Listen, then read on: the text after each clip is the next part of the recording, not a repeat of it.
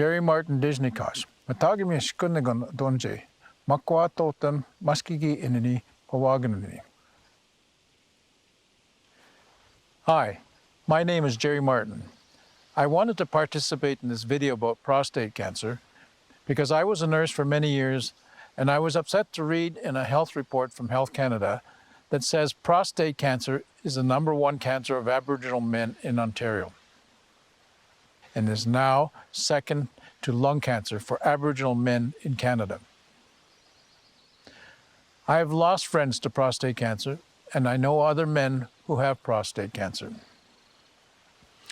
As a community elder, I'm concerned about the health of our people, as Aboriginal males, as brothers, fathers, husbands, and grandfathers.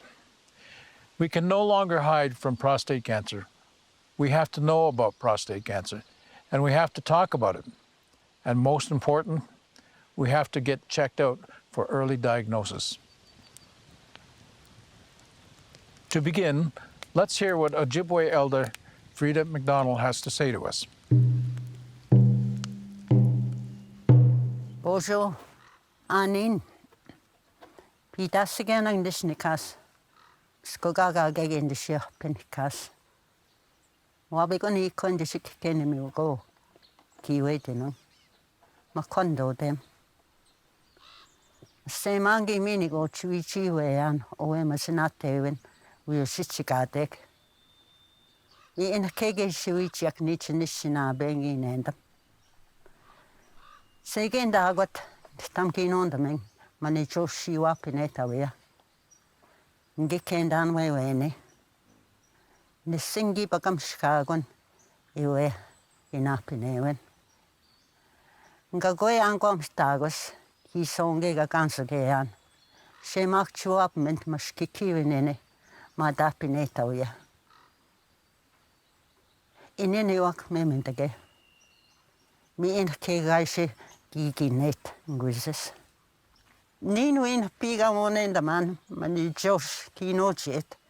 Gik kendan en a nisan yapinean. Magishage we kinean. Giseges. Shagoch dash giwi pimades. Gienta wap mam skikiwinene. Giwin the mark epitapinean. Why is she nananta with? Why is she we talk of it? Kagwe nochi moyan. Gina endam cake hendaman, we not the magoyan shiko. Keget ninani penisiwen, gikskenda migon. Gimoko ines nagatawene magoa, nini chansak, and in kepishia yawat, awashime, and nina missian.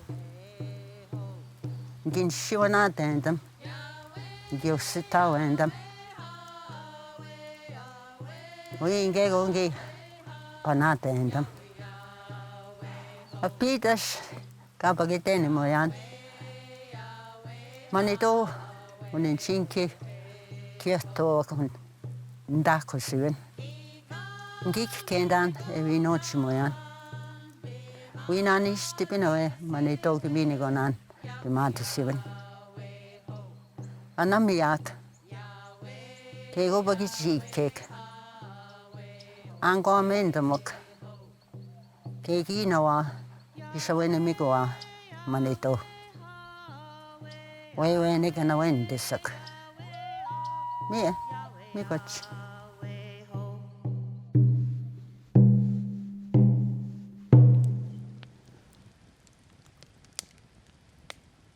Most men don't know what the prostate is, where it is in the body, or what it does.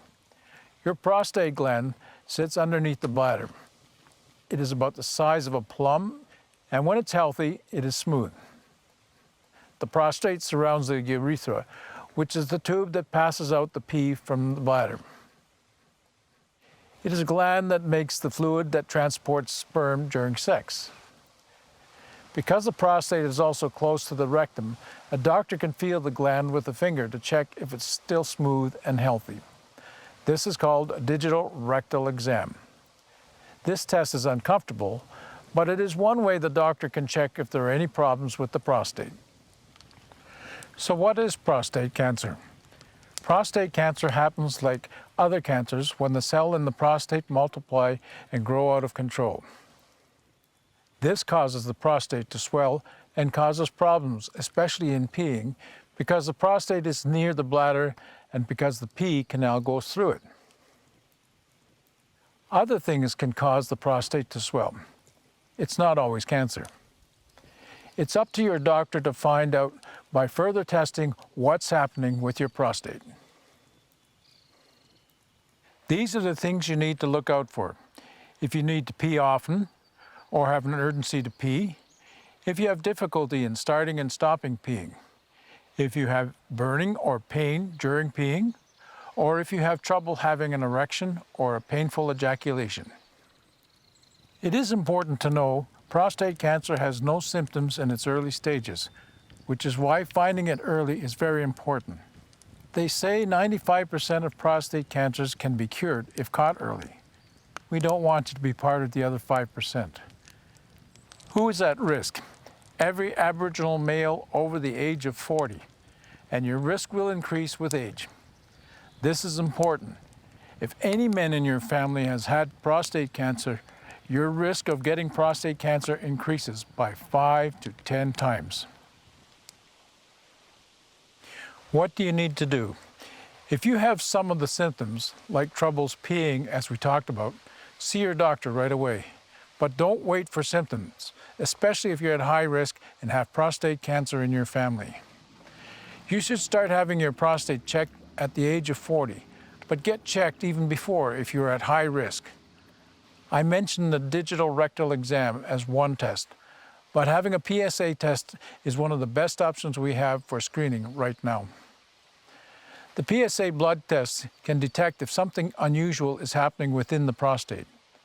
The PSA gives a number that your doctor can use if your prostate is healthy or if there is a problem. A high number for your PSA does not mean you have prostate cancer. It just indicates that something might be going on with your prostate. The doctor will recommend other tests to check for cancer if they think it is necessary. The PSA test is important. Even if you don't have prostate cancer, it can be checked over time to see if the number changes. You should know what your PSA number is, so if you change doctors or if you move, you can have a base number to go by. Even if you're in a remote community, go to your nursing station and request a PSA blood test. If you are diagnosed with prostate cancer, remember, it's not a death sentence. Most are very slow-growing cancers, and there are many treatments that are offered, and more are being developed. There are different kinds of surgeries and different radiation treatments and other treatments that are available. In some cases, your doctor may recommend just waiting and seeing how things develop before recommending treatments. If you are diagnosed with prostate cancer, you should know that you didn't get it from sexual activity, nor can you give it to anyone else through sex.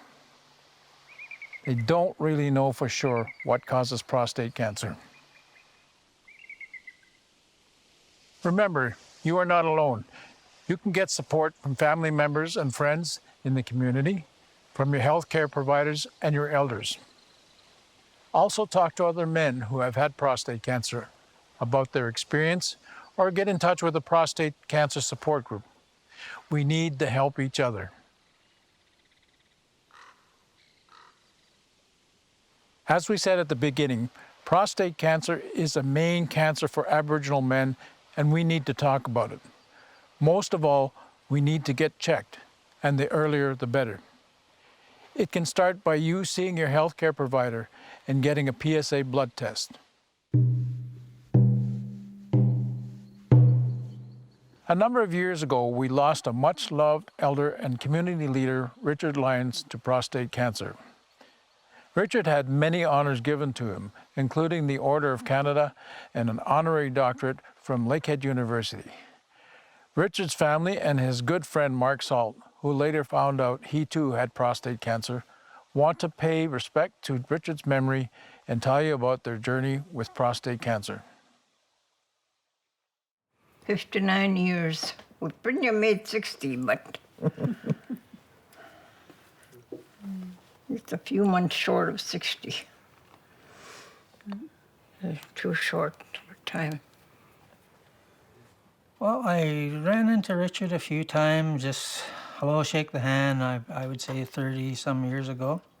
We had him do an opening once and we got talking about golf. And that's sort of how me and Richard connected.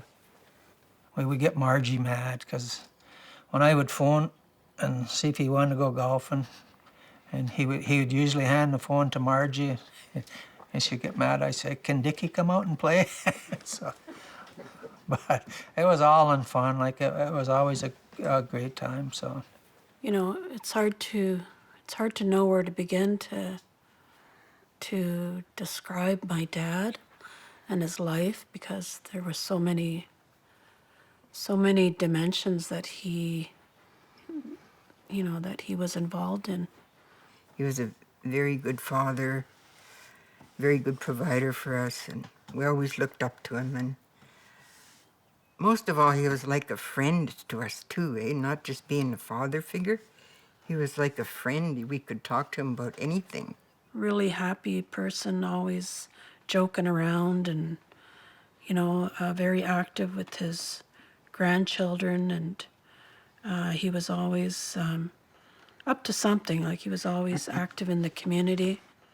but I mean, even first meeting him, you knew how humble he was, eh? And how much respect.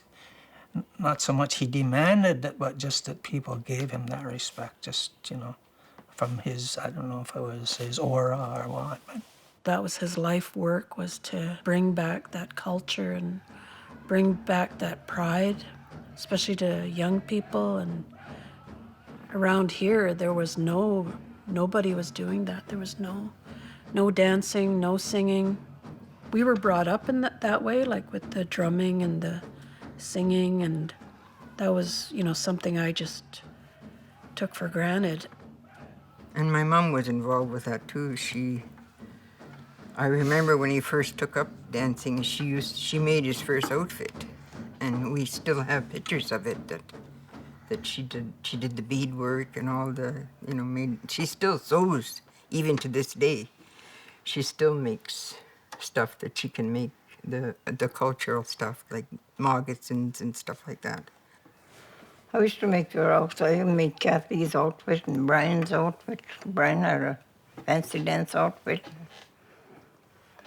I made all that stuff. And you like being in the bush. We like after he was done working, that's what we did all the time. We're always riding around the bushes. We're always going in the bush, him and I, just looking around. And even while he was sick, he was very, he would reach out to people the way he always did. And, at times it was hard to even believe that, he had cancer and that he was getting sicker, but he was getting weaker every day. And, it was just hard to see that. I mean, right down till the end, he was still such a humble guy, and he wasn't really crying about it. He was a real hero about it. So, because when you asked him to do something and you gave him the tobacco, he was there. If he took it and if he could do it, he was there. So, I mean, he was very dedicated to the culture and things. So, That's the first time I heard about it myself. When he went to the doctor, I didn't know nothing about it before. I didn't know what it was. But I don't think he knew too much about it either till the doctor told him. Yeah, I was in the same boat. I really didn't know much about it. I'd heard about it, but I didn't know where it was in the body or how you develop this kind of cancer and who gets it and stuff like that. I never really, until it hit our family, then I started to research it, to look it up and find out. He was going to the doctor for his asthma and his heart all the time. But when this doctor made an appointment for him to go for the prostate, That's when he found out. That was, and he lived for about 2 years after we first found out, but he was already too late for them to do anything. We found it really odd why they didn't find out about this disease before it was too late. Like he was always going, to the doctor. Why did they wait so long? Or maybe they didn't take the blood test like they do now for men. They have that PSA test, whatever it is. But in them days, like when my dad first got the prostate cancer, we never heard of it. And he never mentioned anything, like going to all these different doctors. Why didn't they check him out? It always bothers us, even now, even to this day. Mm-hmm. He could have been saved. We don't know. Or something could have been done. That just kind of bothers me. That's what I think about all the time. What I really think deep down is that he kept it from us, his kids. Because that's the kind of man he was. He was just proud. And he's the head of the family. And then in our family, we always looked up to him. So I don't think he wanted to burden us with the news that he has prostate cancer. All I remember is that I got a phone call in Moose Factory and just felt that helpless feeling being so far away. Yes, he did. He actually told me on the golf course, or I think it was when he couldn't go on the golf course because his back was so sore, and that's when he had told me he had prostate cancer. For myself, I think I just kind of put it in the back of my mind, didn't want to think about the consequences. Like just a normal, I guess, reaction. You try to take each day and, try to make him feel better, not thinking about yourself. So that's my feeling. And I was trying to help my mom as well, trying to support her. Because he was pretty sick when he was at home, so it was kind of hard. In my case, I wanted to physically be closer, to my family and to my dad. So when you share that information, all the family can prepare and figure out the ways that they're going to support each other. As a human being, you can't take it all on yourself. You need the support of your family, no matter who they are or who, I think it's very important. Because I went through a disease myself, not dealing with prostate cancer, but breast cancer, and it's hard, like Kathy, it's sometimes hard to believe that you get something like this. Why me, you think of, and why did this happen to me? And you go through all these scenarios in your head. So the support you get from your family, from your relatives, even your co-workers, it really helps. And I think that's very important. And I'm glad we came out here to do this in honor of my dad and his memory. And I think it's good for us to talk about it. As a family, sometimes I think we don't discuss it enough, like between yourself and me and Mom. We just sort of keep it inside. We don't really talk about our emotions. And I think it's good. It's hard, but it's good. I think maybe the only thing I would suggest to men, Aboriginal men especially, is to get examined by a doctor after the age of 40, 45. Get that blood test done and listen, don't be afraid to go to the doctor. You really don't think about it as something that you don't think you're going to get. And I guess the only reason I started looking into it is because when my PSA count went high. And that's when I started, reading about it and, what caused it. And But I was just hoping I was just going to be like a lot of people who have, high PSA. It goes down, but then after the second biopsy, and I kind of almost knew because it was higher than it had been before, and I was kind of prepared. I mean, you're never really prepared, but I guess I was prepared as much as I could be, accepting that I was going to get prostate cancer. So, as soon as you say cancer, it scares everyone. I had started educating myself, talking to other men who had their prostates either removed, went through chemo, and I had a few other friends that their prostate was, like, all their samples were cancerous. They couldn't even have the operation, so I'm still having bladder issues, where most guys, it's, anywhere from a few weeks to a few months, and it's all back to normal. Well, mine I'm still dealing with, but I've had a few other surgeries since that affects it as well. So I do talk to a lot of other men who, they haven't even heard about PSA. They don't worry about prostate cancer, just as I was. I wasn't really worried about prostate cancer, but I tell them to get tested as soon as you can, as early as you can because they will test now in the 40s. So that's what I tell them. Like, and some of my other friends, they said, when I talk about the issues I've gone through with my bladder, well, you're not afraid to talk about it. Most guys don't want to talk about it, but it's there. I mean, you got to deal with it, and it's best if it's detected early. You have a better chance. I just want to say that right now, sitting here and talking about all this, talking about prostate cancer and in relation to my dad, I guess I just feel really good that I'm here. And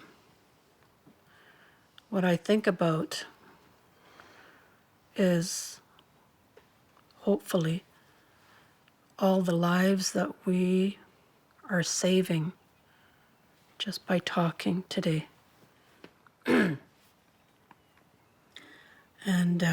to me, that's something that's very powerful to me. And, I feel like my dad is blessing us just by sitting here talking about it.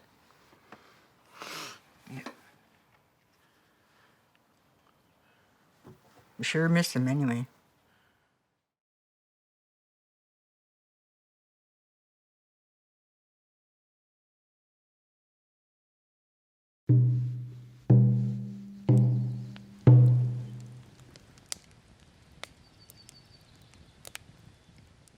We're losing too many of our Aboriginal brothers, husbands, fathers, and grandfathers when we don't need to.